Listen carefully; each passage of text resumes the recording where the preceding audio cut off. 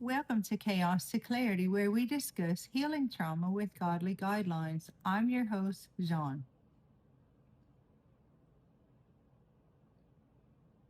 Hey, friends, I want to talk to you about something real today about being washed clean, walking in the freedom of who you are now.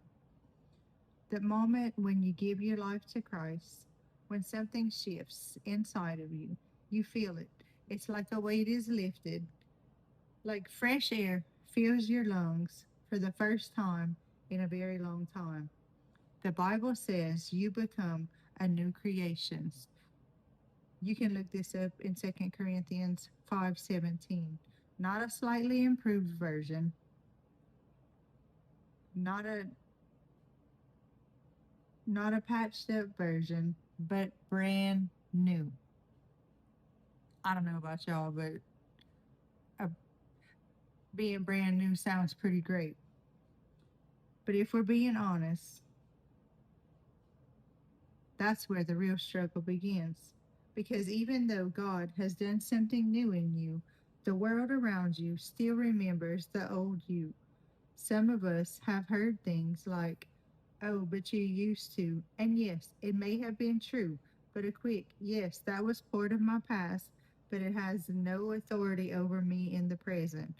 You can go look up 1 John 1:9 for that reference. That's how the devil likes to play mind games because most often the hardest voice to silence is our own. Am I right? It whispers, are you really different? Are you sure God forgave that? What if I mess up again? What if none of this is even real? And suddenly, instead of walking in freedom, go look up John 8:36. We are dragging around chains that God already broke off of us. And here's the truth. When you are born again, you're not defined by what you did. You're defined by what Jesus did. You are washed clean. This references Isaiah 1:18. Not clean until you mess up again.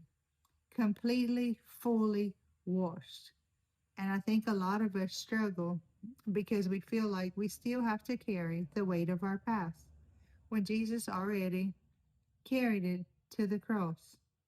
Remember, he said, it is finished, which we often forget, and so we live in tension. God says we're free, but we're still living like we're bound. And then comes the what ifs. What if I can't keep this up? What if I fall back into old habits? What if I'm not strong enough? What if God isn't real? But let me flip that for a second.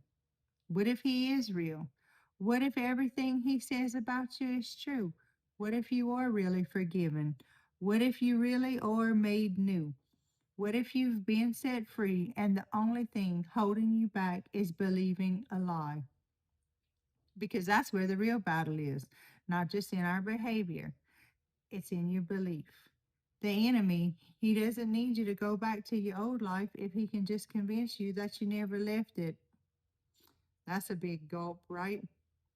See, he don't even have to do anything most of the time with us. He just got to get in our head.